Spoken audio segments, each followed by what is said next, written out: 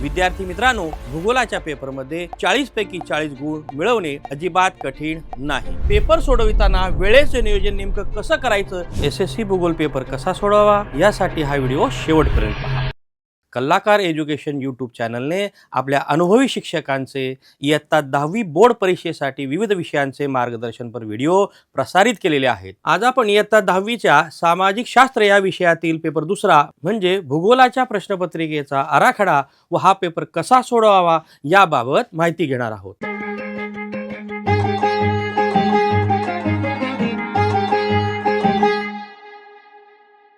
तुम्ही हा व्हिडिओ का पाहावा, तर या व्हिडिओमध्ये आपल्याला भूगोल विषयाच्या प्रश्नपत्रिकेच्या पॅटर्न बद्दल अभ्यास करायचा आहे। त्याचबरोबर भूगोल या विषयाचा पेपर सोडवताना नेमकी कोणती काळजी घ्यायची त्याबद्दल आपल्याला सविस्तर चर्चा करायची आहे आणि परीक्षेत 40 पैकी 40 मार्क कसे मिळवावेत यासाठी सुद्धा आपल्याला हा व्हिडिओ पाहायचा आहे।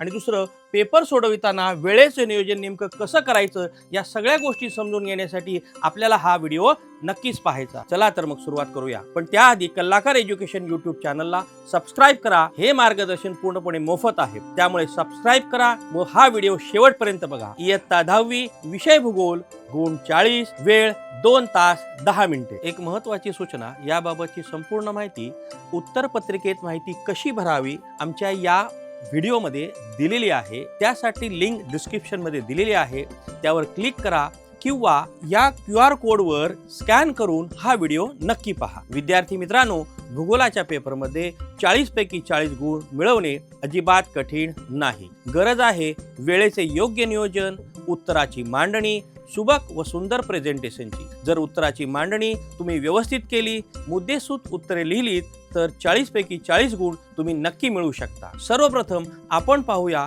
भूगोल या विषयाच्या प्रश्नपत्रिकेचे स्वरूप व गुण विभागणी। चला तर विद्यार्थी मित्रांनो, आता आपण पाहूया प्रश्नपत्रिकेचं जे स्वरूप आहे त्याची गुण विभागणी। प्रश्न पहिला जो असतो त्यामध्ये जे प्रमुख प्रश्न प्रकार विचारले जातात, यामध्ये येतं अचूक पर्याय निवडा आणि अचूक गट ओळखा। हे 2 पर्यायांपैकी कोणता तरी एक पर्याय तुम्हाला प्रश्नपत्रिकेला किती 4 गुणांसाठी येत असतो। यानंतर येतो प्रश्न दुसरा। यामध्ये जे प्रश्न प्रकार आपल्याला विचारले जातात त्यातील महत्त्वाचे प्रश्न प्रकार आहेत: योग्य जोड्या जुळवा, चुकीची जोडी ओळखा, विधानांचा योग्य क्रम लावा आणि वेगळा घटक ओळखा। हे 4 प्रकारांपैकी कोणताही एक प्रकार तुम्हाला प्रश्न क्रमांक 2 मध्ये विचारला जाऊ शकतो आणि तोही 4 गुणांसाठी। प्रश्न तिसऱ्यामध्ये एका वाक्यात उत्तरे लिहा, फरक स्पष्ट करा, चूक की बरोबर ते सांगा आणि टिपा लिहा। असे 4 प्रकारचे प्रश्न प्रकार आपल्याला विचारले जातात, तेही 4 गुणांसाठी। प्रश्न चौथा अ, जो की नकाशा आराखडा भरण्याबाबतचा प्रश्न असतो, म्हणजेच आपल्या सोप्या भाषेमध्ये नकाशा भराचा जो प्रश्न असतो तो 4 गुणांसाठी असतो। त्याचबरोबर प्रश्न चौथा आ हा जो प्रश्न प्रकार आहे हा तुम्हाला नकाशा वाचनासाठीचा आहे। हे तुम्हाला परीक्षेमध्ये एक नकाशा असतो, त्याचं वाचन करून खालील प्रश्नांची उत्तरे लिहा याबाबतचा हा प्रश्न असतो, हाही 4 गुणांसाठी असतो। यानंतर प्रश्न पाचवा आहे भौगोलिक कारणे लिहा, 6 गुणांसाठी हा आपल्याला विचारला जातो। पुढील जो या प्रश्नपत्रिकेमध्ये सर्वात महत्त्वाचा प्रश्न प्रकार आहे आणि जो वेगळ्या पद्धतीने आपल्याला आपल्या समोर मांडला जातो तो आहे प्रश्न 6वा अ आणि प्रश्न 6वा आ। यामध्ये महत्त्वाची गोष्ट अशी आहे की दोघांपैकी तुम्हाला कोणताही एक प्रश्न सोडवायचा आहे। तुम्ही जर ती प्रश्नपत्रिका नीट अभ्यासली तर तुमच्या लक्षात येईल प्रश्न 6वा अ आणि आ यामध्ये ऑर दिलेला असतो, म्हणजेच किंवा दिलेलं असतं। दोघींपैकी कोणताही एक प्रश्न आपल्याला सोडवायचा असतो।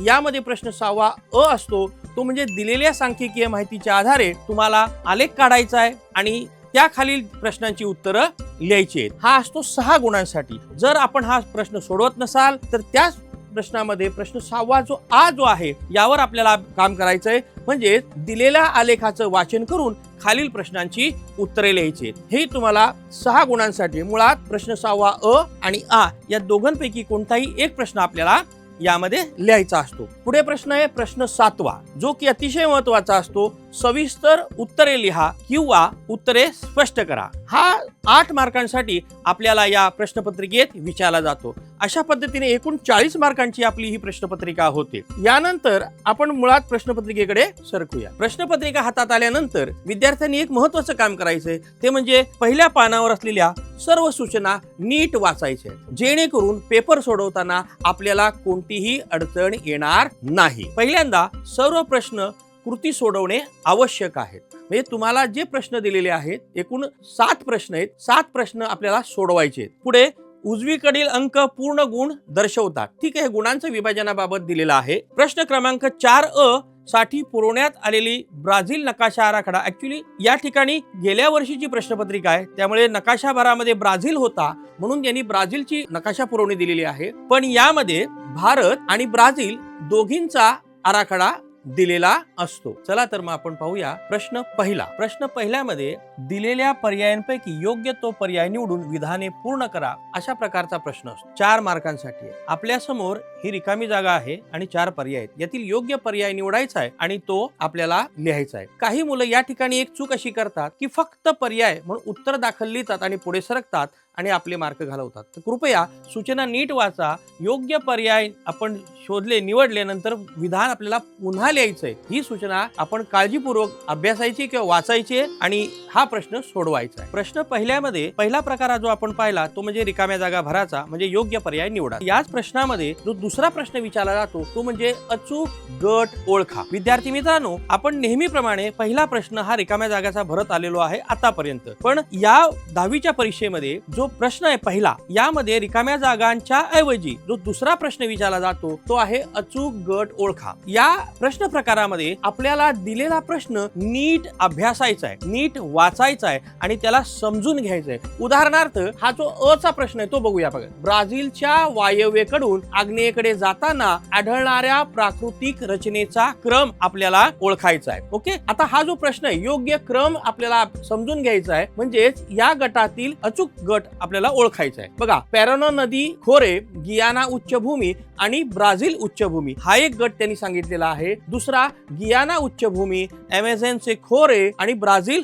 उच्चभूमी हा दुसरा पर्याय दिलेला आहे. तिसरा पर्याय बघा, किनारपट्टीचा प्रदेश, अमेझॉनचे खोरे आणि ब्राझीलची उच्चभूमी. हा प्रश्न सोडवण्यासाठी मी या ठिकाणी एक नकाशाचा वापर करतोय, जेणेकरून तुम्हाला हा प्रश्न सोडवताना आपल्या डोळ्यासमोर नेमकं काय असायला पाहिजे हे तुम्हाला समजेल. बघा, ब्राझीलच्या वायव्येकडून आग्नेयेकडे जाताना आढळणाऱ्या प्राकृतिक रचनेचा क्रम, यासाठी आपल्याला काय करायचंय, पहिल्यांदा नकाशाच्या दिशा डोळ्यासमोर आणायचे. वाटतो तितका प्रश्न सोपा नाही. रिकाम्या जागा हा त्या मानाने जरी सोपा वाटतो, पण इथे अचूक गट ओळखताना काही काळजी घ्यायची. ती काळजी कशी घ्यायची बघा. आता माझ्या समोर एक नकाशा आहे ब्राझीलच्या प्राकृतिक रचनेचा. यामध्ये मला पहिल्यांदा दिशांवर लक्ष द्यायचंय. दिशांवर लक्ष देताना उत्तर, दक्षिण, पूर्व आणि पश्चिम हा क्रम प्रत्येकाला माहिती आहे. या मुख्य दिशा झाल्यानंतर आता त्यांनी काय म्हटलंय बघा, वायव्येकडून तुम्हाला कोणत्या दिशेला जायचंय, आग्नेयेकडे. मग या नकाशाची जी वायव्य दिशा आहे ती नेमकी कोणती येते, या बाजूची. ही जी दिशा आहे उत्तर आणि पश्चिम या मधली जी दिशा आहे ती वायव्य आहे, बरोबर आहे. आणि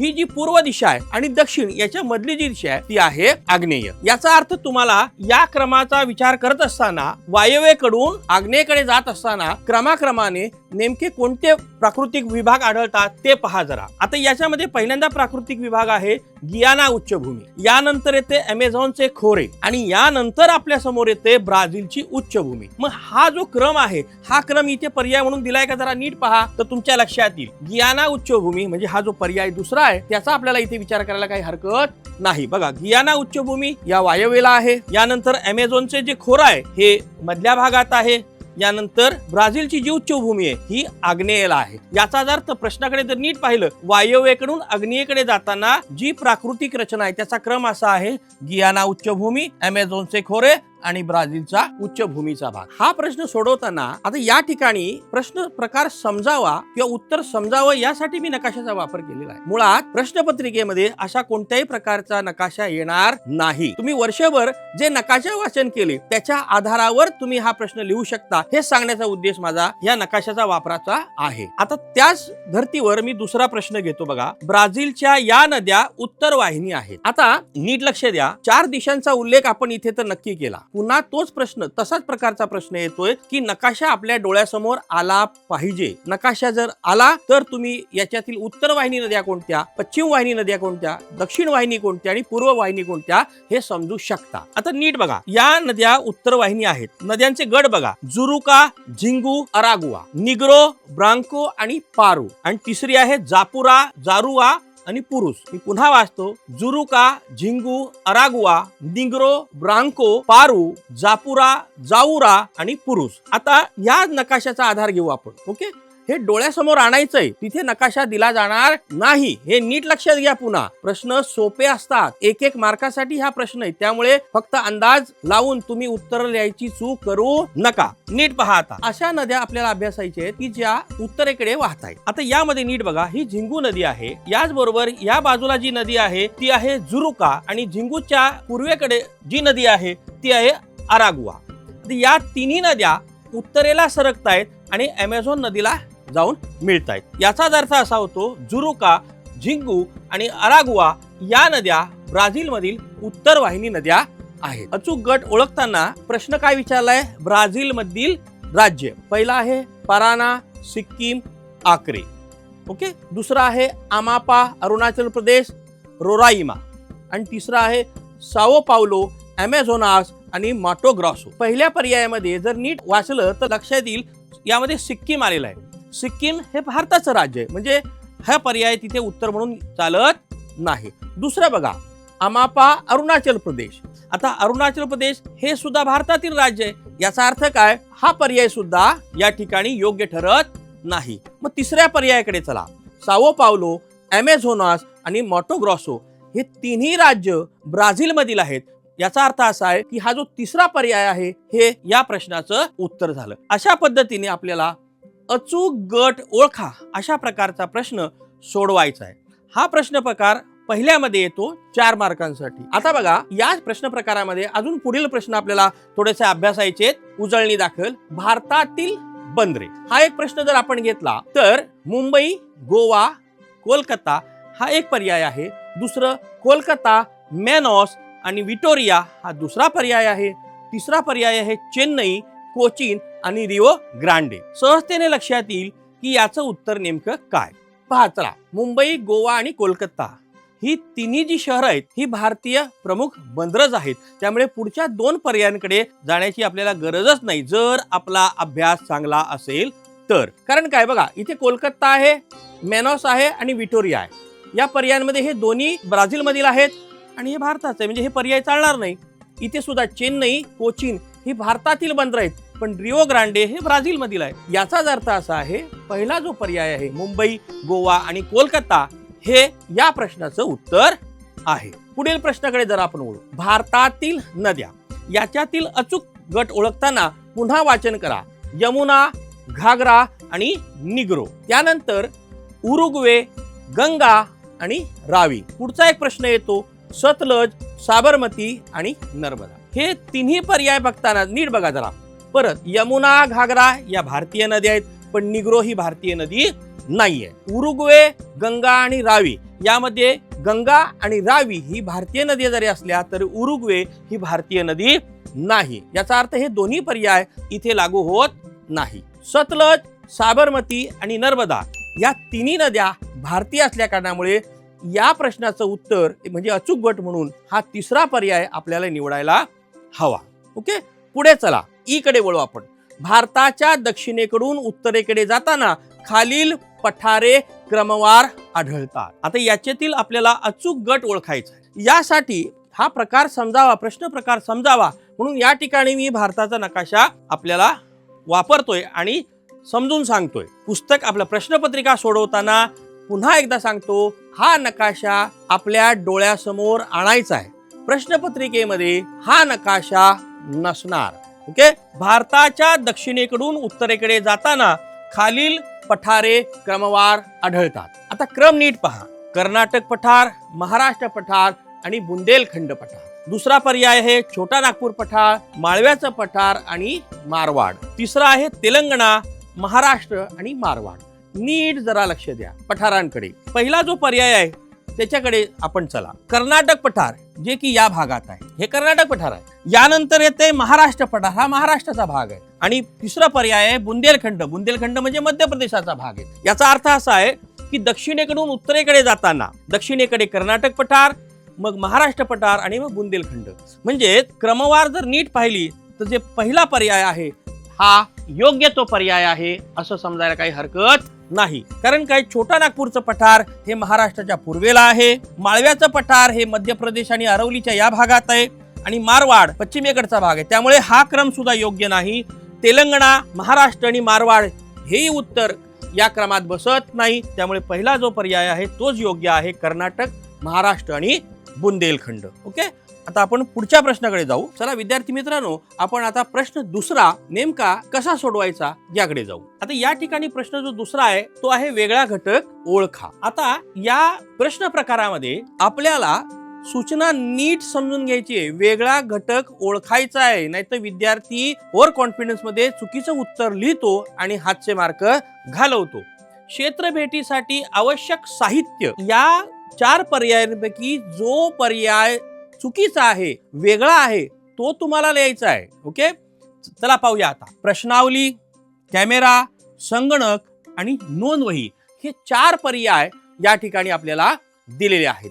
आता वेगळा घटक ओळखताना खरं तर हे 4ही प्रकार आपल्याला क्षेत्रपेठेसाठी आवश्यक साहित्य यातील वेगळा घटक जर आता आपण पाहिलाय तो म्हणजे संगणक. हे उत्तर कसं आलं हे तुम्हाला समजलं. पुढचा प्रश्न आहे ब्राझील मधील नद्या. पर्याय नीट पहा विद्यार्थी मित्रांनो. अमेझॉन, पॅराग्वे, उरुग्वे आणि गंगा या पर्यायांपैकी वरचे 3 पर्याय जर आपण अभ्यासले, हे तिन्ही ब्राझील मधील प्रमुख नद्या आहेत.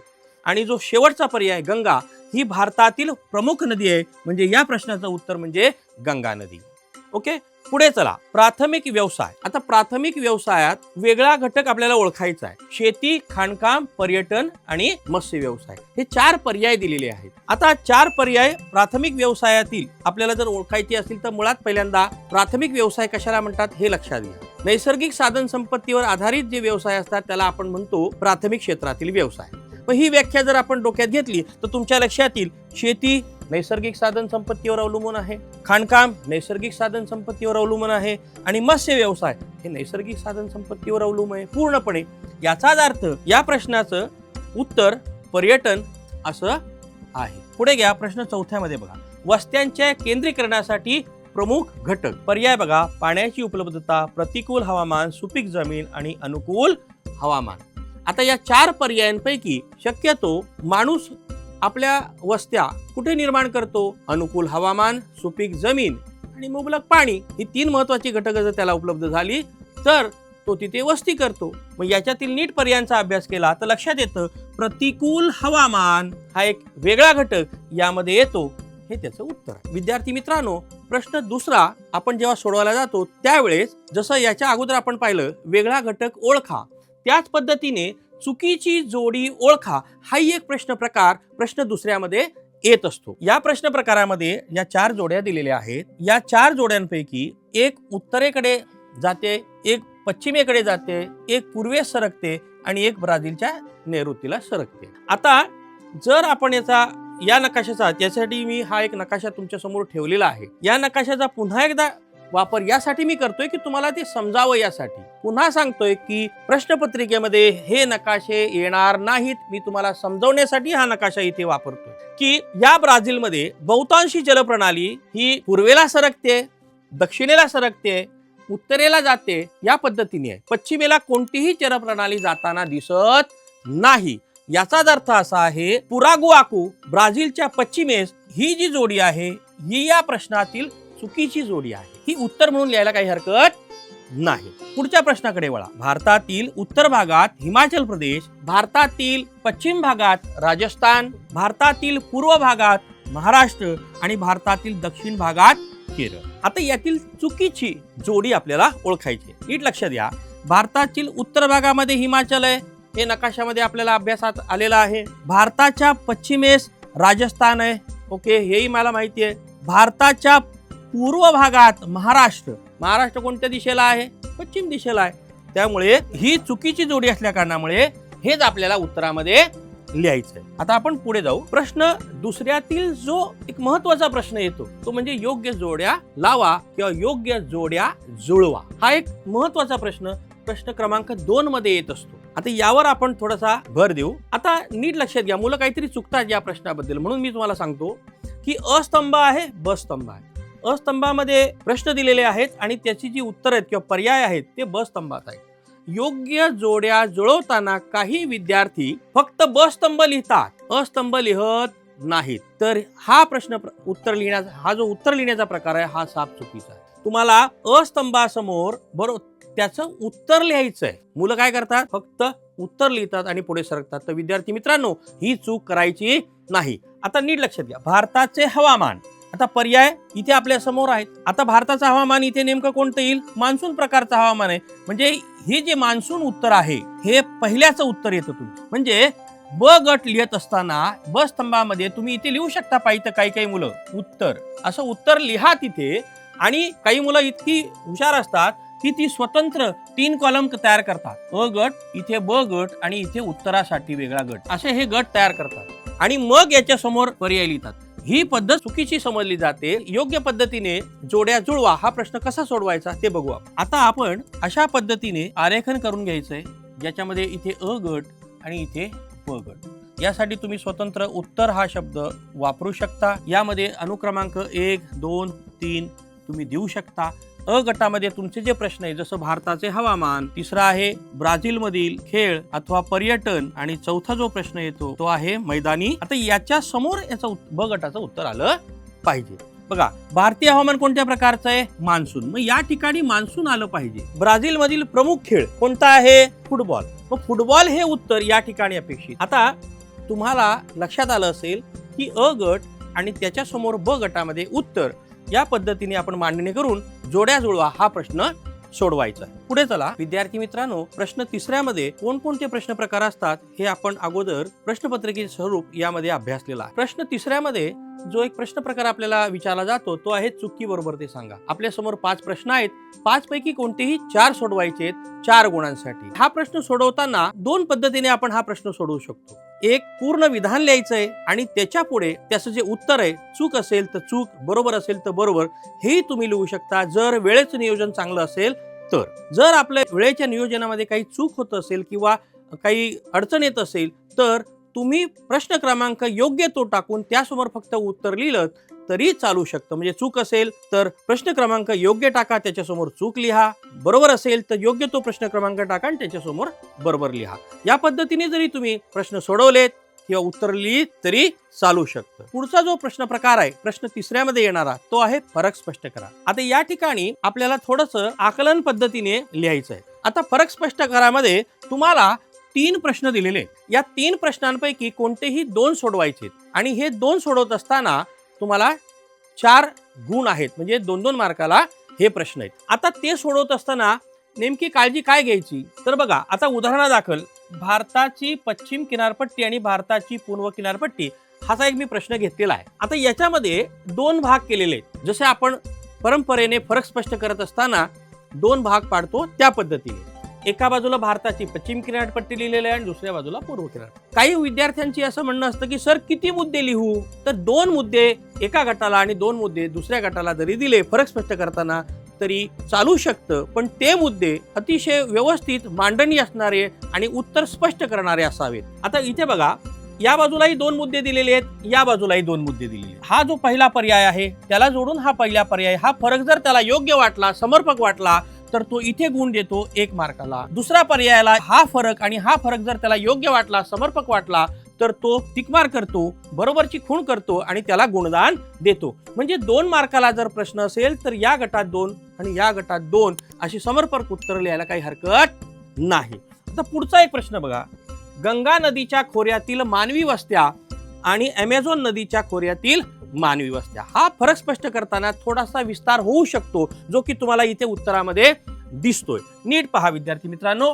की या गटामध्ये म्हणजे गंगा नदीच्या खोऱ्यातील मानवी वस्त्यांमध्ये पूर्वी जे 2 मुद्दे होते बघा, इथे उदाहरण बघा, इथे तुम्हाला कमी लिहावं लागते पण इथे थोडंसं विस्तृत आहे. हा फरक यासाठी आहे की नेमकं तुम्ही फरकाचे मुद्दे कशा पद्धतीने लिहिता. म्हणजे समर्पक लिहित असताना कधी कधी उदाहरणं द्यावी लागतात, कधी कधी ते उत्तर थोडंसं विस्तृत होतं.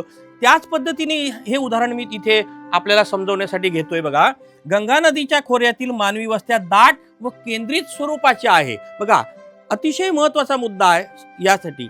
आणि इकडच्या बाजूला बघा, फरकाच्या बाबतीत अमेझॉन नदीच्या खोऱ्यातील मानवी वस्त्या विरळ व विखुरलेल्या स्वरूपाच्या आहेत. हा एक जर प्रमुख फरक असेल बघा, तो एक एक वाक्यामध्ये झालेला आहे.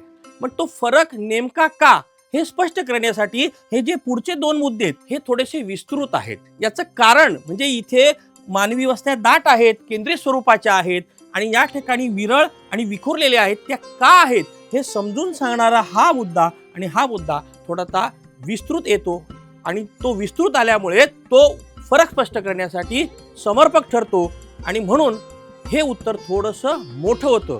पण मोठं झालं तरी ते समर्पक किंवा संतुलित असल्या कारणामुळे परीक्षक तुम्हाला योग्य ते गुणदान देतो आणि पुढे जातो. अजून एक पुढचा प्रश्न घेऊया. चला, भारतीय प्रमाणवेळ आणि ब्राझीलची प्रमाणवेळ उदाहरण दाखल म्हणून हा एक प्रश्न आपल्या समोर ठेवलेला आहे. आता नीट लक्ष द्या की पहिल्या फरकामध्ये थोडंसं लिखाण कमी होतं, दुसऱ्यामध्ये थोडंसं लिखाण वाढलंय आणि तिसऱ्यामध्ये लिखाण करताना थोडंसं अभ्यासात्मक आहे. हा पहिला मुद्दा बघा. भारतीय प्रमाणवेळ ही जागतिक प्रमाणवेळेच्या 5.5 तास मिनिटे पुढे आहे. म्हणजे ग्रीनिच जे मूळ रेखावृत्त आहे त्याच्या पूर्वेला जाणारं हे आपलं प्रमाणवेळेचं रेखावृत्त आहे आणि हे पश्चिम गोलार्धात असल्या कारणामुळे हे 3 तास मागे आहे. या 2 महत्वाच्या गोष्टी नीट लक्षात घ्या फरकाच्या मुद्द्यातील. हे 5.5 तास पुढे जातं आणि हे 3 तास मागे जातं. मग ते मागे का जातं हे सांगण्यासाठी पुढचे मुद्दे आहेत, म्हणून या ठिकाणी मुद्दे वाढलेले आहेत. ओके. त्याचबरोबर आता इथे एक मधला मुद्दा अतिशय महत्वाचा आहे बघा फरकाचा. भारतामध्ये एकच प्रमाणवेळ मानली जाते आणि ब्राझीलमध्ये एकूण 4 प्रमाणवेळा मानल्या जातात. कारण काय, याचा जो विस्तार आहे हा कमी आहे, ज्याला आपण रेखावृत्तीय विस्तार म्हणतो, याचा कमी आहे आणि याचा जास्त आहे. मग जेवढा रेखावृत्तीय विस्तार जास्त तेवढ्या प्रमाणवेळा अधिक द्याव्या लागतात. म्हणजे हा फरकाचा मुद्दा स्पष्ट करत असताना दुसरा एक सबस्टिट्यूट मुद्दा तुम्हाला द्यावा लागला, तो म्हणजे इथे 1 प्रमाणवेळ आहे आणि इथे 4 प्रमाणवेळा आहेत. ओके. आता तिसरा मुद्दा बघा. भारतातील अतिपश्चिमेकडील आणि अतिपूर्वेकडील रेखावृत्तांतील वेळांतील फरक सुमारे 120 मिनिटांचा आहे. म्हणजे अतिपश्चिमेकडील आणि अतिपूर्वेकडील जे रेखावृत्त आहे याच्यातील फरक 120 मिनिटांचा आहे आणि इकडे मात्र तो 168 मिनिटांचा आहे. अशा प्रकारचा एक अधिकचा मुद्दा या ठिकाणी फरकासाठी घेतलेला आहे. म्हणजे सांगायचा उद्देश असा की जेव्हा आपण एखादा फरक स्पष्ट करतो, मुद्दे किती असावेत हे जितकं महत्वाचं आहे, त्याचबरोबर दोन्ही ठिकाणचे फरकाचे मुद्दे हे मात्र योग्य असावेत, समर्पक असावे किंवा संतुलित असावे, तर परीक्षक तुम्हाला योग्य ते गुणदान करतो आणि पुढे सरकतो. आपण पुढच्या प्रश्नाकडे वळूया. बघा, पुढचा प्रश्न असा आहे की टिपा लिहा, जो की आपल्याला पूर्वीपासून चालत आलेला असा हा प्रश्न आहे. टिपा लिहा. आता प्रश्न तिसऱ्यामध्ये येणारा पर्यायी प्रकार म्हणजेच टिपा लिहा. आता यामध्ये अमेझॉन नदीचे खोरे, भारतातील पानझडी वने आणि भारत स्थान व विस्तार असे 3 प्रश्न दिलेले आहेत आणि यावर या टिपा आपल्या समोर उदाहरणादाखल मी दाखवलेले आहेत. आता अमेझॉनचे खोरे, मुळात हे प्रश्न 2-2 मार्काचे आहेत. कोणतेही 2 सोडवताना 2-2 मार्काचे आहेत. आता तुम्ही म्हणाल सर या ठिकाणी अमेझॉन खोऱ्याला जास्त लिहिलंय, पानझडी वनांसाठी कमी छोटंसं उत्तर आहे आणि स्थान विस्तारला परत विस्तार वाढलेला आहे. लक्षात घ्या की उत्तर किती मोठं किती छोटं यावर लक्ष न देता उत्तराचे मुद्द्यांची मांडणी करताना योग्य क्रमाने असावी आणि ती उत्तरं त्या प्रश्नाला संतुलित करणारी असावीत अथवा योग्य ती असावीत. मग त्याच्यासाठी तुम्ही 1 ते 2 वाक्य करत असाल तर ते नक्कीच वाक्य वाढतील. त्यामुळे योग्य ती वाक्य ठेवा आणि योग्य त्या मुद्द्यांमध्ये तुम्ही फरकाचे मुद्दे लिहा. आता अमेझॉन नदीचे खोरे किती मुद्दे असावेत हे त्या प्रश्न प्रकारावर अवलंबून आहे किंवा प्रश्नावर अवलंबून आहेत की त्याला नेमके किती मुद्दे हवेत लिखाणासाठी. आणि अशा पद्धतीने तुम्ही टिपा लिहायच्या आहेत. जर आपल्याकडे वेळ असेल, जागा असेल तर टिपा सोडवताना जर आपण टेन्सिलचा वापर केला, भारताची टेन्सिल अथवा ब्राझीलची टेन्सिल, आणि त्या टेन्सिलच्या वापराने कशा आराखडा काढला आणि तो भरण्याचा प्रयत्न केला तर हे उत्तर अधिक योग्य ठरू शकतं आणि परीक्षकालाही समजू शकतं की या विद्यार्थ्याला अधिकचं काहीतरी माहिती आहे. तर त्यामुळे आपण ह्या उत्तराच्या बाबतीत पेन्सिलचा वापर करायला काही हरकत नाही, जर होत असेल तर, वेळेचं नियोजन बसत असेल तर. आता आपण याच प्रकारात जर पुढे असेल प्रश्न तर पुढच्या प्रश्नाकडे जाऊ. आता प्रश्न तिसऱ्यामधील जो अतिशय महत्वाचा प्रश्न आहे तो म्हणजे खालील प्रश्नांची एका वाक्यात उत्तरे लिहा. हा प्रश्न तिसऱ्यामध्ये विचारला जातो. आपल्या समोर 5 प्रश्न असतात आणि कोणतेही 4 सोडवायचे असतात. आता या प्रश्नाची उत्तर लिहित असताना प्रश्न समजून घ्या पहिल्यांदा नीट, कारण काय एका वाक्यामध्ये तुम्हाला उत्तर लिहायचंय आणि हे उत्तर पूर्ण वाक्यात अपेक्षित आहे, फक्त एका शब्दात नाही. हे विद्यार्थी मित्रांनो लक्षात ठेवा. बघा, जगातील एक तरुण देश म्हणून कोणत्या देशाकडे पाहिलं जातं? उत्तर भारत आहे, मान्य आहे. पण फक्त भारत लिहिलं तर चालेल का? नाही. त्यांनी काय म्हटलेलं आहे? एका वाक्यात उत्तरे लिहा. याचा अर्थ असा आहे, उत्तर लिहिताना ते उत्तर पूर्ण वाक्यात अपेक्षित आहे. म्हणजे जगातील एक तरुण देश म्हणून भारताकडे पाहिले जाते, असं एका वाक्यात पूर्ण वाक्यात उत्तर अपेक्षित आहे. पश्चिमेकडे चला या धोरणाला कोणत्या देशाने प्रोत्साहन दिले? आता हा जो प्रश्न आहे बघा, एका शब्दात सुद्धा उत्तर सांगता येतं, ब्राझील. पण मग एक शब्द लिहायचा का? नाही. पुन्हा सूचनेचं पालन करा आणि पूर्ण वाक्यात लिहा, ब्राझील या देशाने पश्चिमेकडे चला या धोरणाला प्रोत्साहन दिले. अशा पद्धतीने एका वाक्यात उत्तर लिहित असताना पूर्ण वाक्यामध्ये उत्तर लिहा. आणि या ठिकाणी एक काही मुलं चुकी करतात, ती तुम्हाला सांगतो. बहुतांशी बरेच मुलं चुका करतात. प्रश्न 5 आहेत, तुम्हाला सोडवायचे 4. मी अगोदरही बोलताना सांगितलं होतं की प्रश्न क्रमांक योग्य तो टाका. जो प्रश्न तुम्हाला लिहायचा आहे तोच प्रश्न क्रमांक तिथे आला पाहिजे. आपण काय चुकतो ते नीट पहा. बघा, मला प्रश्न पहिला सोडवायचा आहे, मी 1 क्रमांक टाकला, लिहिला. दुसरा लिहायचा आहे, मी 2 क्रमांक टाकला आणि तोही लिहिला. पण मला तिसरा येत नाही, चौथा येतोय. चौथा येतोय म्हटल्यानंतर मी काय करतो बघा, 1, 2 आणि मला तिसरा येत नाही पण चौथा येतो, याला 3 क्रमांक टाक. तिसरा क्रमांक टाकला आणि जर केवळ आपली सवय असेल फक्त एका शब्दात उत्तरे लिहा. उदाहरणार्थ आता चौथा प्रश्न, लिंग गुणोत्तर म्हणजे काय? हा प्रश्न तुम्हाला येतोय, बरोबर आहे. स्त्री आणि पुरुष यांच्या तुलनेत वगैरे वगैरे जे काय असेल ते तुम्ही लिहिलं. आणि तिसरं काय आहे? जगातील सर्वात मोठा त्रिभुजी प्रदेश. म्हणजे हे तिसऱ्या क्रमांकाचं उत्तर झालं. चौथ्याचं लक्षात आलं तुम्हाला? याचा अर्थ योग्य क्रमांक टाकून योग्य उत्तरे लिहा. आता आपण प्रश्न चौथा या प्रश्नाकडे वळतो. जो प्रश्न दिलेल्या नकाशा आराखड्यात माहिती भरा या प्रकारात येतो, म्हणजेच नकाशा भरा. हा एक सोपा प्रश्न. आता माझ्या समोर जो प्रश्न आहे तो असा आहे की ब्राझीलच्या नकाशा आराखड्यात खालील घटक दाखवा आणि योग्य ती सूची तयार करा. ओके, आता यामध्ये 6 प्रश्न दिलेले आहेत. 6 पैकी आपल्याला 4 सोडवायचे आणि हे सोडवत असताना कोणकोणत्या गोष्टी महत्वाच्या आहेत? एकतर आपल्या समोर नकाशा असावा. मग नकाशासाठी आपल्याला परीक्षेमध्ये म्हणजे परीक्षा गृहात बसल्यानंतर जे सुपरवायझर असतात त्यांच्याकडून तुम्हाला नकाशा पुरवणी मागून घ्यायची. नकाशा पुरवणी मागून घेतल्यानंतर त्या नकाशा पुरवणीवर योग्य ते लिखाण म्हणजे आपला नंबर असेल ते, विषय, दिनांक वगैरे व्यवस्थित लिहिल्यानंतर आपण प्रत्यक्ष प्रश्नाकडे वळतो. वरती प्रश्न क्रमांक लिहा, म्हणजे प्रश्न चौथा लिहा आणि त्या नकाशामध्ये खाली सूचीसाठी स्वतंत्र जागा असते. कारण काय, नीट प्रश्न वाचला तर तुमच्या लक्षात येईल, सूची तयार करा. सूची अतिशय महत्वाची असते नकाशा भरा या प्रश्नामध्ये. ओके, आता इथे नीट बघा, हे 6 प्रश्न आहेत. या ठिकाणी सूची तयार केलेली आहे आणि या ठिकाणी नकाशा भरा. पहिल्यांदा आपलं लक्ष असलं पाहिजे, मला सूची तयार करायची. सूचीसाठी खाली जागा आहे ती पहा. हा प्रश्न सोडवताना तुम्हाला पेन्सिलचा वापर करायचा आहे, पेनाचा वापर करायचा नाही. पेन्सिल शक्यतो HB ची वापरा, अथवा 2B लीडची असेल किंवा B लीडची असेल तर 0.5 ची तुम्ही वापरू शकता. आता अशा पद्धतीने तुम्हाला सूची करायची आहे. इथे घटक या कॉलम मध्ये तुम्हाला सर्व प्रश्न लिहायचे आहेत. यानंतर सांकेतिक खुणांचा इथे वापर करायचा. आपल्याला भूगोलाच्या अभ्यासात वारंवार नकाशा भरायचा सराव असेल तर योग्य त्या सांकेतिक खुणा तुम्हाला माहिती असतील त्या बघा. आता नीट लक्षात, पंपास हा प्रदेश आहे. हा प्रदेश दाखवायचा म्हटल्यानंतर ही जी चौकट आहे ही संपूर्ण चौकट त्या सांकेतिक खुणेने व्यापली गेली पाहिजे. यानंतर हे बेट आहे.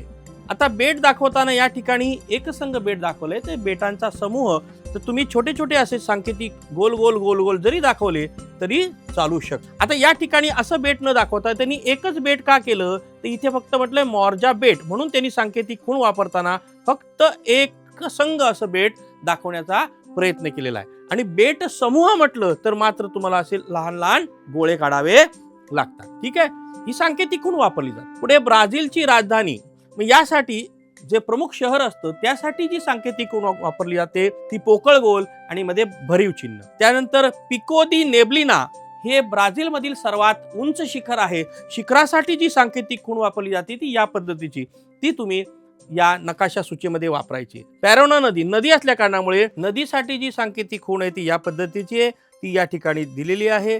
त्याच्यानंतर माराहानू राज्य ही जी सांकेतिक खूण आहे ती दोन वेगवेगळे प्रदेश असल्या कारणामुळे याला जर उभ्या रेषा दिलेल्या आहेत तर याला बॉक्समध्ये पूर्णपणे डॉट डॉट डॉट डॉट दिलेले आहेत. आता एक लक्षात घ्या की ज्या वेळेस आपण प्रदेश दाखवतो त्यावेळेस जी चौकट तुम्ही आखलेली आहे किंवा जो बॉक्स तयार केलेला आहे तो पूर्ण त्या सांकेतिक खुणेनी रंगवला गेला पाहिजे. आता ही सूची तुमची तयार झाली, ही साफसुथरी असावी, यामध्ये सांकेतिक खुणा व्यवस्थित असाव्या अथवा तुम्ही जे इथे घटक लिहिलेले आहेत हे सुद्धा सुंदर अक्षरात लिहिलेले असावेत. यानंतर हीच माहिती तुम्हाला नकाशामध्ये भरायची. आता नकाशामध्ये भरत असताना तुम्हाला या संपूर्ण घटकांची नावं लिहायची गरज नाही. ती सांकेतिक खूण तुम्ही योग्य ठिकाणी न्या आणि हा जो क्रमांक आहे प्रश्नाचा तो तिथे लिहिला तरी चालू शकतो. उदाहरणार्थ आता या ठिकाणी पंपास हा प्रदेश आहे, गवताळ प्रदेश आहे या ब्राझील मधील, मग तो या ब्राझीलच्या दक्षिणेकडचा भाग आहे. बघा हा भाग आहे, प्रदेश असल्या कारणामुळे त्यांनी पूर्णपणे त्याचं मार्किंग केलं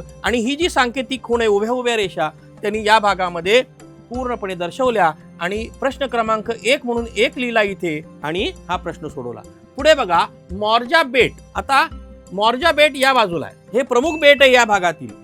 ओके, आपण नकाशा वाचनामध्ये बऱ्याच वेळेला पाहिलं असेल मॉर्जा बेट.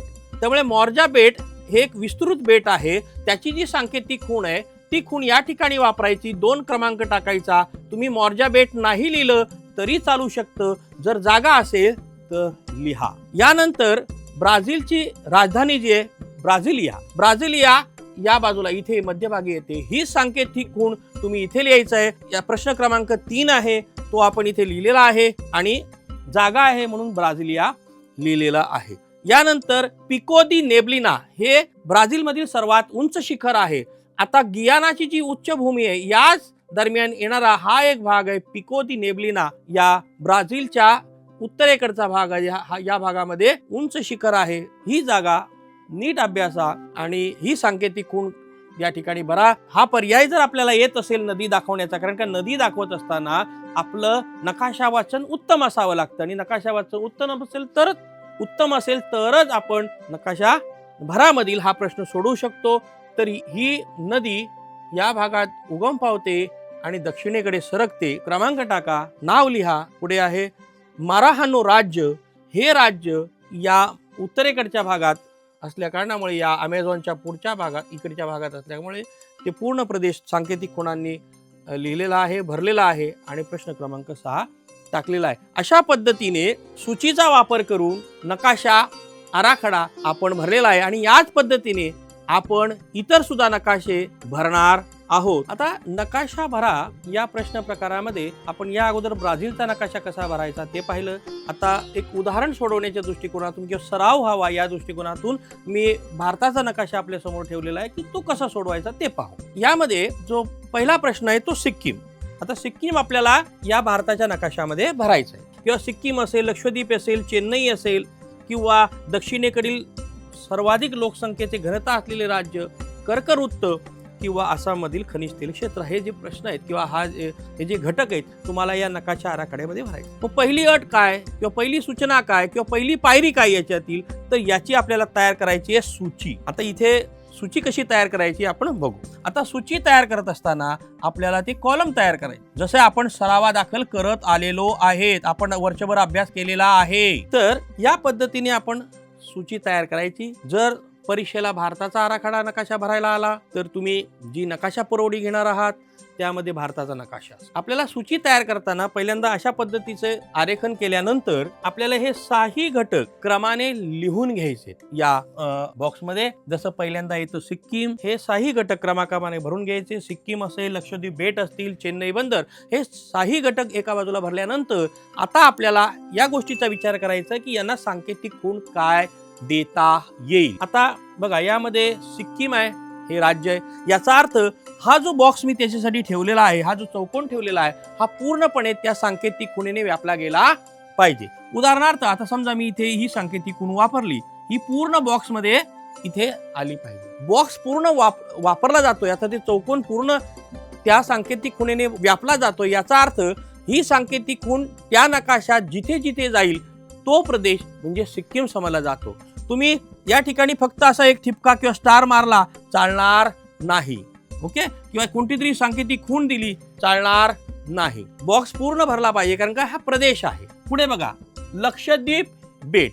आता लक्षद्वीप बेट समूह आहे हे आपल्याला सगळ्यांना माहिती आहे, त्यामुळे ही सांकेतिक खूण देत असताना तुम्हाला अशा स्वरूपात बेट बेट समूह द्या आणि ही सांकेतिक खूण तिथे तुम्ही वापरू शकता. तिसरा आहे चेन्नई बंदर. मुळात बंदर हा शहराचाच भाग असल्या कारणामुळे शहरासाठी जी सांकेतिक खूण वापरायची ती सुद्धा इथे वापरू शकतो आपण. ती आहे समजा पोकळ गोल मध्ये भरीव चिन्ह. यानंतर दक्षिण भारतातील सर्वाधिक लोकसंख्या घनतेचे राज्य. पुन्हा इथे आपल्याला राज्य दाखवायचंय. हे जी सांकेतिक खूण येईल ती पूर्ण बॉक्स मध्ये आपल्याला दाखवायची आहे. आता या ठिकाणी आपण तिरप्या रेषा मारल्या होत्या, आपण अशा उभ्या उभ्या घेऊ, परत एक चौकट तयार करू. ही एक सांकेतिक खूण या ठिकाणी आपण वापरू शकतो की जास्त घनता असलेलं राज्य दर्शवण्यासाठी. पुढे येतं ते म्हणजे कर्कवृत्त. कर्कवृत्तासाठी जी सांकेतिक खूण आपण जी वापरली जातो ती या स्वरूपाची वापरतो, म्हणजे तुटक तुटक रेषा. ह्या एक सांकेतिक खुणेचा वापर आपण कर्कवृत्तासाठी करतोय. नंतर आसाम मधील खनिज तेल क्षेत्र, पुन्हा एक क्षेत्र येत असल्या कारणामुळे या ठिकाणी सांकेतिक खूण दाखवत असताना तुम्हाला तो पूर्ण प्रदेश पुन्हा रंगवायचा आहे. अशा पद्धतीचे आता क्रॉस बॉक्स आपण या ठिकाणी घेऊ शकतो. तर अशा पद्धतीने या सांकेतिक खुणांचा मी वापर केला. आपण वेगळ्या पद्धतीने सुद्धा सांकेतिक खुणांचा वापर करू शकता. जसं या ठिकाणी मी तिरक्या रेषा मारल्या, तुम्ही वेगळ्या पद्धतीने भरा.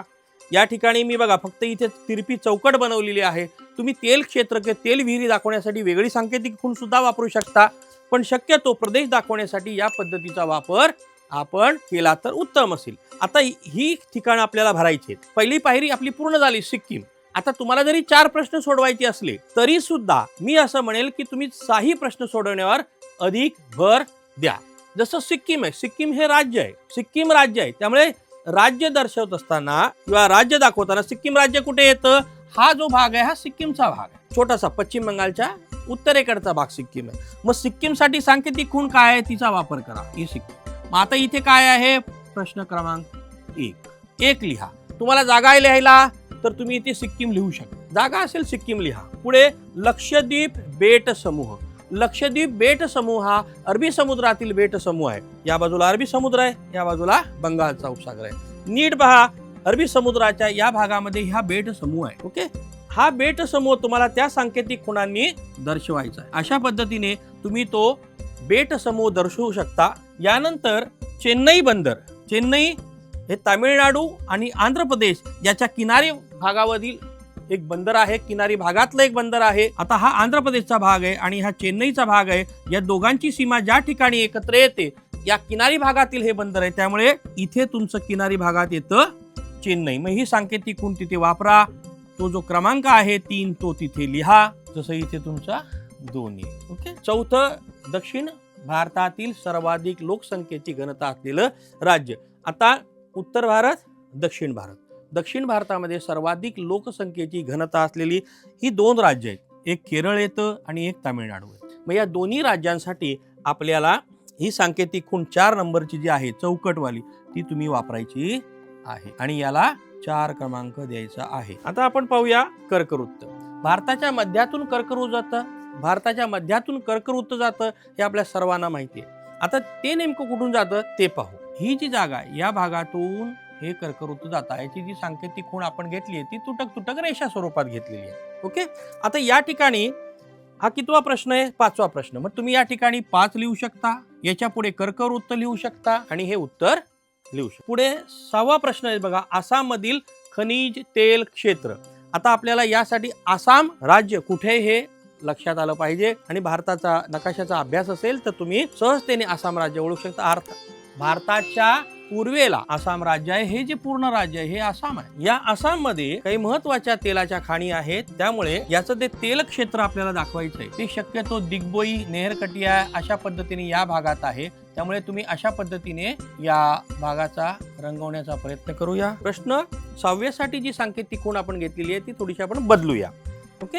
आता प्रदेश दाखवायचा असल्या कारणामुळे आपल्याला अशा पद्धतीने एक भरीव सांकेतिक खूण घेऊया की ते तेल क्षेत्र दाखवेल. आता ही सांकेतिक खुणेचा वापर आपल्याला आसाम मध्ये करायचा आहे. भारताच्या पूर्वेकडचं हे जे राज्य आहे जे मी आता अधोरेखित केलं हे आसाम आहे. आसामच्या हा जो पूर्वेकडचा भाग आहे, उत्तर पूर्वेकडचा, या भागामध्ये दिग्बोई, नेहरकटिया अशा पद्धतीच्या तेलाच्या विहिरी आहेत. यासाठी आपण ही सांकेतिक खूण या ठिकाणी वापरतोय आणि या ठिकाणी हा जो 6 क्रमांक आहे हा लिह. आता नकाशा आराखडा भरत असताना आपल्याला सूची आणि सूचीनुसार सांकेतिक खुणांचा वापर, नकाशा आराखड्यात या दोन गोष्टींचं योग्य संतुलन झालं तर आपल्याला हा प्रश्न सहजतेने सोडवता येतो. आता आपण प्रश्न 4 आचा अभ्यास करणार आहोत की दिलेल्या नकाशाचे वाचन करून खालील प्रश्नांची उत्तरे लिहा. या ठिकाणी गेल्या वर्षीच्या बोर्डाच्या परीक्षेमध्ये हा जो नकाशा आहे भारताचा, या नकाशाचं वाचन करून खालील प्रश्नांची उत्तरं लिहा अशा प्रकारचा प्रश्न होता. आता नकाशाचं वाचन हे फार सोपं असतं. खालील नीट प्रश्न वाचायचे आणि त्या प्रश्नांना समजून तुम्ही या नकाशाचं वाचन करायचं. ओके. आता वरील नकाशा काय दर्शवतो हा पहिला प्रश्न मुलांना संभ्रमात टाक. बघा नीट लक्षात घ्या. वरील नकाशा काय दर्शवतो? तर वरील नकाशा भारत स्थान विस्तार दर्शवतो. हा सोपा प्रश्न आहे. मुलं पूर्ण नकाशामध्ये शोधत बसतात, उत्तर सापडत नाही. या नकाशाचं शीर्षक हेच त्याचं उत्तर असतं आणि विद्यार्थी मात्र नकाशामध्ये शोधत राहतो. ओके. त्यामुळे नकाशा वाचन करत असताना पहिल्यांदा प्रश्न नीट समजून घ्या आणि मग या नकाशाकडे सर. पुढे बघा, भारतातील सर्वात दक्षिणेकडील टोक. आता मुळात उत्तर दक्षिण एवढं लक्षात आलं. आता त्यांनी म्हटलंय सर्वात दक्षिणेकडील म्हणजे अति दक्षिणेकडील टोक. आता या ठिकाणी दक्षिणेकडील टोक हे दर्शवतंय जे कन्याकुमारी आहे हे आपल्याला माहिती आहे. पण जेव्हा अति दक्षिणेकडील टोक असा शब्द प्रयोग केला जातो त्यावेळेस इंदिरा पॉइंटचा उल्लेख केला जातो किंवा पुस्तकामध्ये त्याचा उल्लेख तसा आहे. अति दक्षिणेकडील टोक हे इंदिरा पॉइंट येतं. मग त्यामुळे उत्तर लिहित असताना याचं उत्तर येईल इंदिरा पॉइंट. पुढे भारतातील पूर्व पश्चिम अंतर किती आहे? आता नीट लक्षात घ्या. या नकाशामध्ये पूर्व पश्चिम अंतर दिलेलं आहे. आपल्याला फक्त काय लक्षात घ्यायचंय? पूर्व कोणती आणि पश्चिम कोणती. ओके. आता ही पूर्व दिशा आहे, ही पश्चिम दिशा. मग आता पूर्व पश्चिम हे जे अंतर आहे या बाणावर एरोवर दिलेलं आहे बघा. पूर्व पश्चिम अंतर किती किलोमीटर आहे? 3000 किलोमीटर. या प्रश्नाचं उत्तर किती येतं? 3000 किलोमीटर. आता पुढे चला. भारताची प्रमाणवेळ कोणत्या रेखावृत्तावरून निश्चित केलेली आहे? तर या नकाशामध्ये रेखावृत्त सुद्धा दर्शवलंय बघा. आडव्या रेषा असतात त्यांना आपण म्हणतो अक्षवृत्त आणि नकाशातील उभ्या रेषा असतात त्यांना म्हणतो रेखावृत्त. आता नीट पहा, या नकाशामध्ये या ज्या उभ्या रेषा आहेत ना यांना आपण म्हणतो रेखावृत्त आणि या उभ्या रेषांच्या माध्यमातूनच आपली प्रमाणवेळ ठरवली जाते. आता या नीट रेषांकडे पहा. याच्यावर कोणत्याही प्रकारचं प्रमाणवेळेबाबत माहिती दिलेली नाहीये किंवा यावरही नाहीये.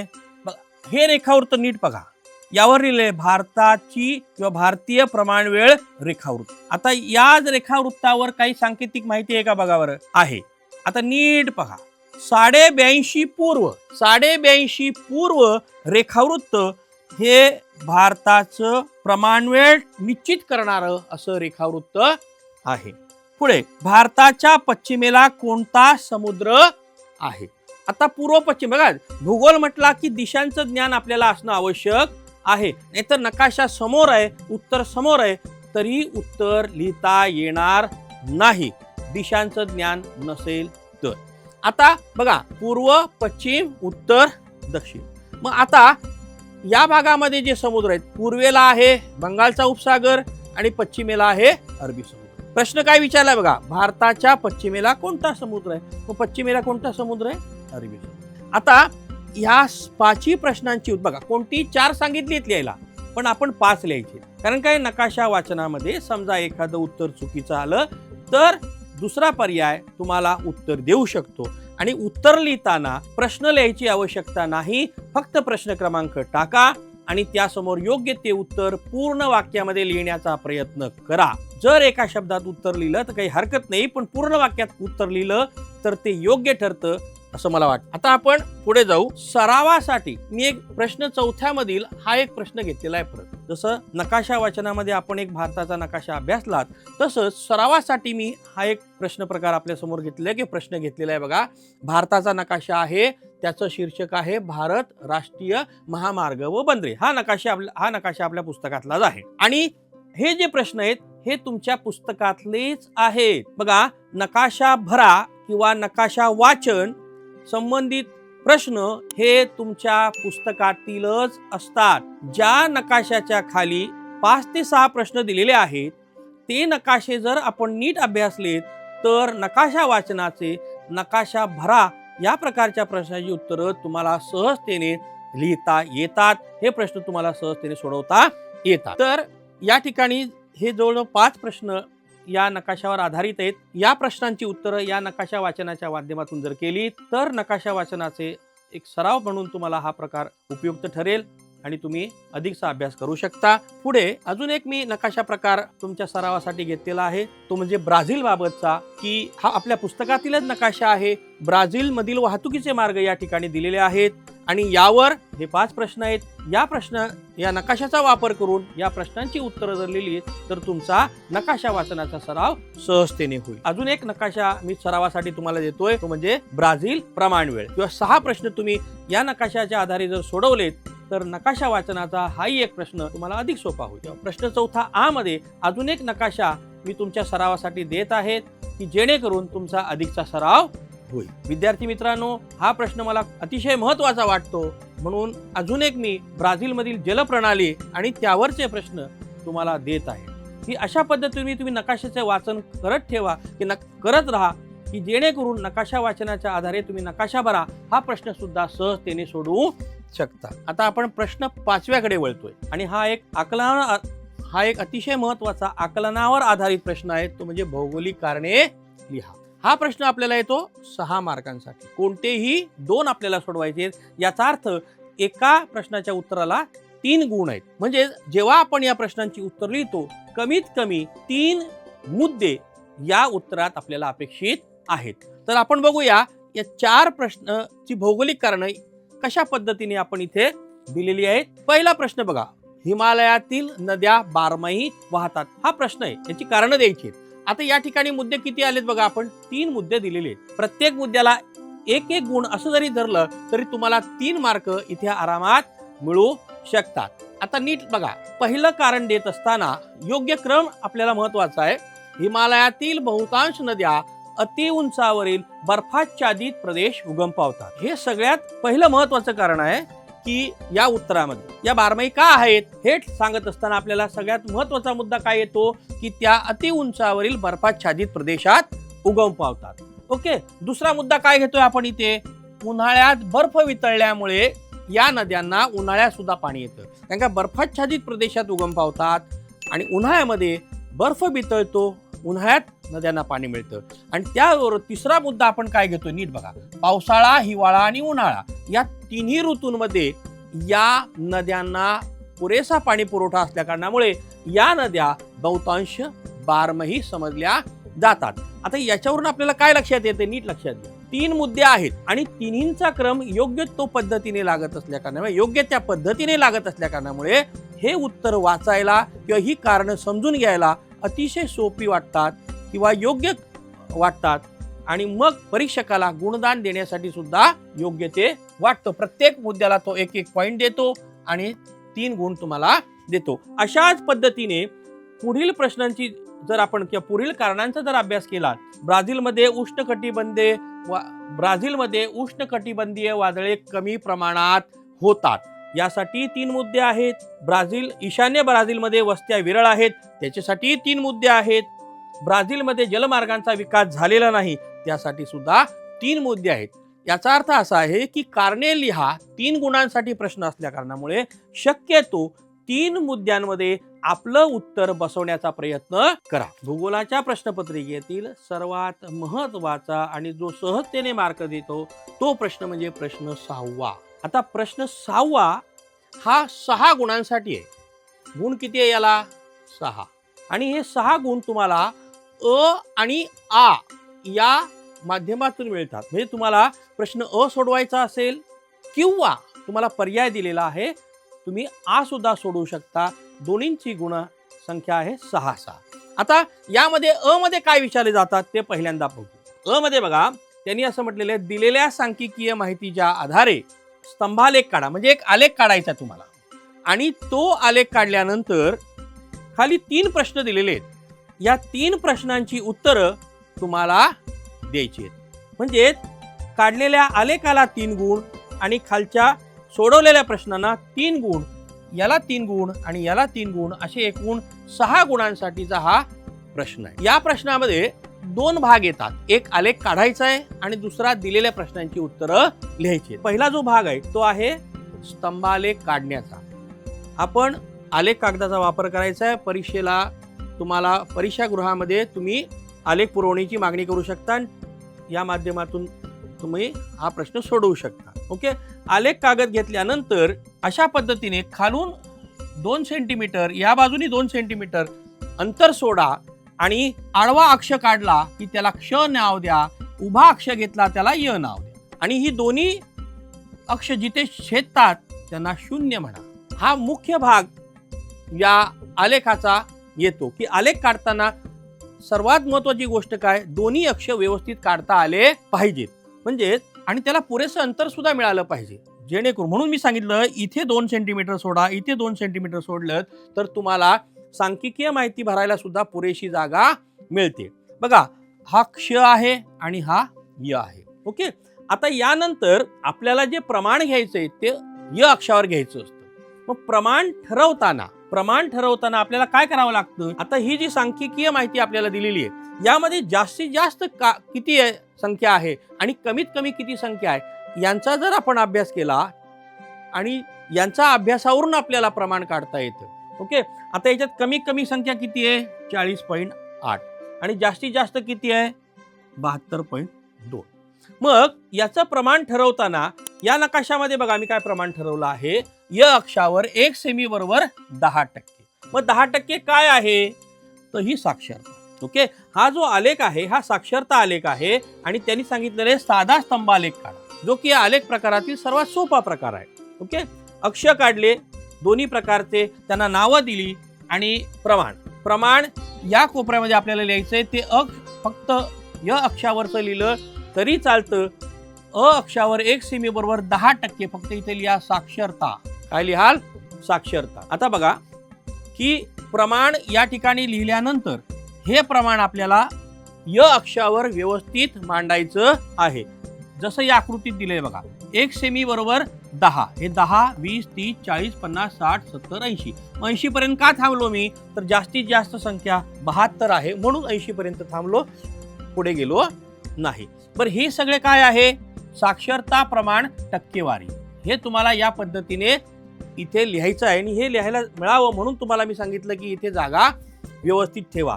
त्याचबरोबर क्ष अक्षावर आपल्याला वर्ष लिहायचे. वर्ष लिहित असताना स्तंभालेख काढत असताना काय काळजी घ्यायची, स्तंभाची जाडी आणि 2 स्तंभांमधील अंतर हे योग्य ते असावं किंवा समजून यावं यासाठी काळजी घेणं गरजेचं आहे. जसं या आकृतीमध्ये आपण काय केलेलं आहे बघा की 2 स्तंभांमधील अंतर 1 सेमी ठेवलेलं आहे आणि स्तंभाची जाडी सुद्धा 1 सेमी ठेवलेली आहे. ही काळजी घ्या. ओके. कधी कधी काय होतं, विद्यार्थीनं 2 स्तंभ एकमेकांच्या जवळ आणतो किंवा एकमेकांपासून खूप दूर नेतो आणि आकृती चुकते.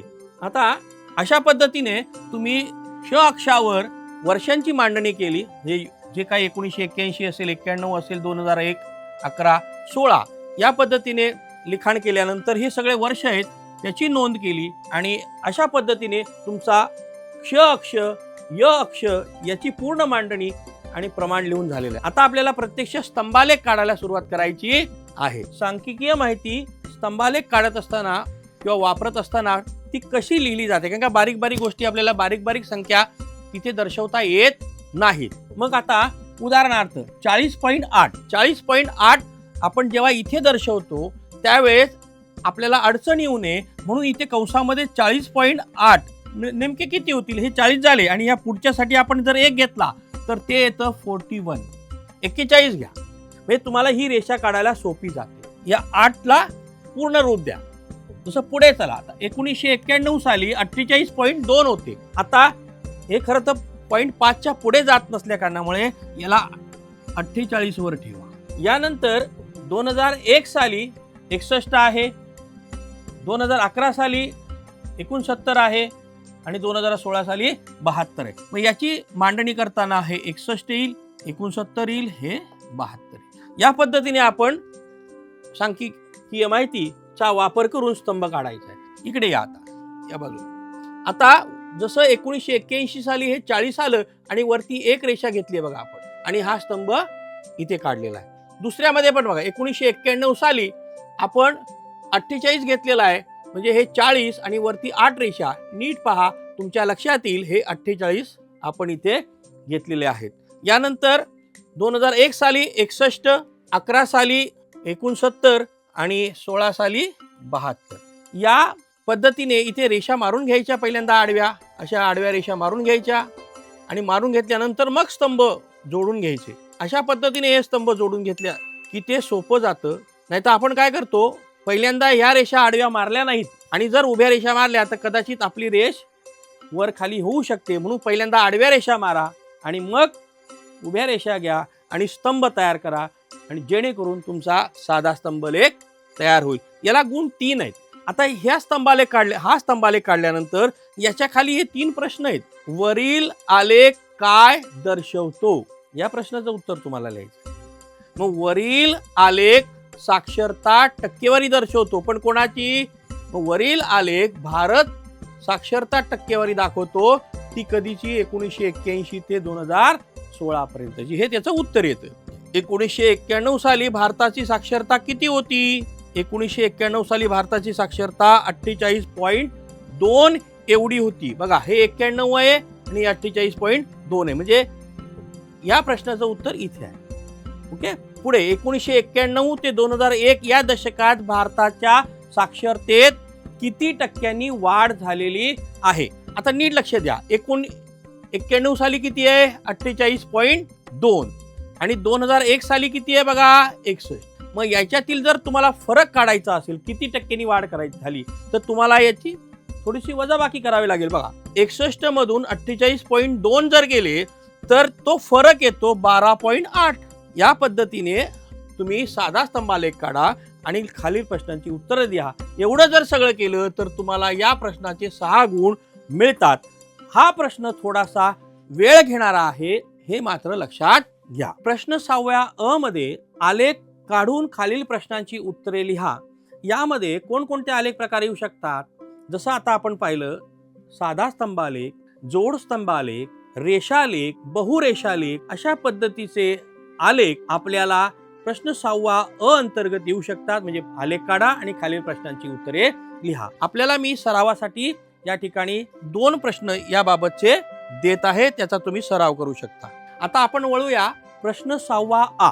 आता प्रश्न 6वा आ जो आहे हा और आहे.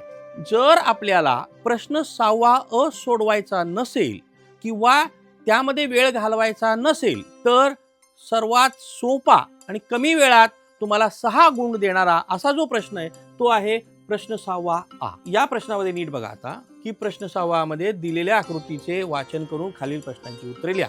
या आकृतींचं वाचन करून तुम्हाला 6 प्रश्नांची उत्तरे लिहायची आहेत. ओके, आता उदाहरणादाखल बघा, प्राथमिक व्यवसायात गुंतलेल्या लोकसंख्येची टक्केवारी कोणत्या देशात जास्त? आता बघा, इथे हा वेगळा प्रकार आहे आणि हा वेगळा प्रकार आहे. वरती जे 2 विभाजित वर्तुळ आहेत ती आकृती दर्शवते स्थूल अंतर्देशीय उत्पादनात व्यावसायिक निहाय योगदान आणि खाली आहे व्यवसायात कार्यरत असणाऱ्या लोकांची टक्केवारी. प्रश्न नीट बघा, प्राथमिक व्यवसायात गुंतलेले, आता प्राथमिक व्यवसायात गुंतलेले म्हणजे ही टक्केवारी खालची कार्यरत असणारी टक्केवारी घ्यायची. मग प्राथमिक व्यवसायात गुंतलेल्या लोकसंख्येची टक्केवारी कोणत्या देशात जास्त आहे? तर इथे बघा, हे वर्तुळ आहे आणि हे वर्तुळ आहे. हे वर्तुळ भारताबाबत माहिती देते आणि हे वर्तुळ ब्राझील बाबत माहिती देते. आता नीट कार्यरत असणाऱ्या लोकांच्या बाबतीत जर विचार केला तर ही जी सांकेतिक खूण आहे बघा, ही प्राथमिक व्यवसायातील गुंतवणुकीबाबत. बघा, भारताची प्राथमिक क्षेत्रातील गुंतवणूक किती आहे? 48.8. जवळपास 50% लोकसंख्या भारतातील प्राथमिक व्यवसायात गुंतलेली आहे. ओके, पुढे बघा, स्थूल अंतर्देशीय उत्पादनात कोणत्या देशात तृतीयक व्यवसायाचे योगदान सर्वात जास्त आहे? मग आता हा प्रश्न नीट बघायचा असेल तर तुम्हाला वरच्या 2 आकृत्या बघायच्या आहेत ज्याच्यामध्ये स्थूल अंतर्देशीय उत्पादन असं म्हटलेलं आहे बघा. मग यामध्ये तृतीयक व्यवसायामध्ये कोणाचे योगदान जास्त आहे? ही आकृती ब्राझीलची आहे, ही आकृती भारताची आहे. मग यामध्ये आता सांकेतिक खूण बघा, प्राथमिक क्षेत्र, द्वितीय क्षेत्र, तृतीय क्षेत्र. आता ब्राझीलमध्ये तृतीय क्षेत्र किती आहे बघा, 67% आणि भारतामध्ये आहे 57%. मग या प्रश्नाच्या उत्तराचा जर विचार केला तर तृतीय क्षेत्राचे योगदान ब्राझीलमधील सर्वाधिक आहे. म्हणजे या आकृतीचं वाचन करताना आपल्याला थोडस वेळ द्यायचा आहे, पण या अगोदरचा जो प्रश्न होता प्रश्न 6 अ त्यापेक्षा कमी वेळ लागतो आणि सहजतेने ही उत्तर आपल्याला लिहिता येतात. पुढे बघू आपण. आता बघा अजून इथे प्रश्न आहेत काही 4 बरोबर. एकूण 6 प्रश्न आपल्याला सोडवायचे आहेत आणि 6ही प्रश्नाची उत्तर आपल्याला त्या आकृतीच्या माध्यमातून सोडवायचे आहेत. सरावादाखल अजून काही प्रश्न आपल्याकडे आहेत, आपण त्याचा विचार करू शकता किंवा अभ्यास करू शकता. बघा या ठिकाणी सरावासाठी हे एक मी दिलेला आहे, हे विभाजित स्तंभालेख आहे. विभाजित स्तंभालेखाच्या आधारावर तुम्हाला ही 6 प्रश्नांची उत्तरं लिहायची आहेत. हा एक सराव प्रश्न आपल्याला दिलेला आहे, याचा तुम्ही अभ्यास करू शकता. या ठिकाणी बघा वय आणि लिंग मनोरा ही एक आकृती आहे. ओके, या हा जो प्रश्न प्रकार आहे हा मी तुम्हाला सरावासाठी देत आहे. या मनोऱ्याच्या माध्यमातून किंवा याचं वाचन करून खालील प्रश्नांची उत्तरं लिहा आणि हे 6 मार्क आपले निश्चित करा. पुन्हा अजून सरावासाठी बघा या ठिकाणी मी आकृत्या दिलेल्या आहेत. हा जो आलेख आहे बघा, सरासरी आयुर्मानाचा भारत आणि ब्राझील, त्याच्या खाली हे 6 प्रश्न आहेत. प्रश्न 6 अ आणि प्रश्न 6 आ या दोघांना पर्याय आहे किंवा आपण और असं आपण सहजतेने म्हणतो. तर माझ्या मते तुम्ही जर प्रश्न 6 आ वर जास्त भर दिलात तर तुमचा वेळही वाचतो आणि 6 गुण तुमचे सहजतेने निश्चित होतात. म्हणून माझं म्हणणं असं आहे की प्रश्न 6 आ वर तुम्ही अभ्यास करताना जास्त भर द्यावा. आता आपण अभ्यास करूया प्रश्न 7व्याचा. प्रश्न 7व्या मधचा जो मूळ प्रश्न तो आहे सविस्तर उत्तरे लिहा कोणतेही 2 8 मार्कांसाठी. तुम्हाला 3 प्रश्न दिलेले आहेत, 3 पैकी कोणतीही 2 सोडवायची. आता या ठिकाणी 3 प्रश्नांचं जी उत्तर आहेत ती मी आपण इथे उदाहरणादाखल इथे आपल्या समोर देत आहे. बघा पहिला प्रश्न आहे पहिला प्रश्न आहे क्षेत्रभेट म्हणजे काय आणि क्षेत्रभेटीची पूर्वतयारी कशी कराल. आता या ठिकाणी बघा हा जो प्रश्न आहे माझा, म्हणजे उत्तराचा मुद्दा आहे, या मुद्द्याला मी 1 2 3 4 असे 4 मुख्य मुद्दे तयार केलेले आहेत आणि या 4 मुख्य मुद्द्यांचे अजून उपमुद्दे तयार केलेले आहेत आणि माझं उत्तर हे अधिक स्पष्ट कसं होईल याचा प्रयत्न केलेला आहे. प्रश्न 7वा हा दीर्घोत्तरी प्रश्नांचा दीर्घोत्तरी प्रकारामध्ये येतो. सविस्तर उत्तरे लिहा 8 मार्कांसाठी आहे आणि आपल्याला 3 प्रश्न दिलेले असतात, 3 पैकी 2 लिहायचे. 2 लिहित असताना तुम्हाला जसं इथे उदाहरणादाखल आपण दाखवलेलं आहे की 4 मुद्दे कमीत कमी 4 मुद्दे तिथे अपेक्षित आहेत.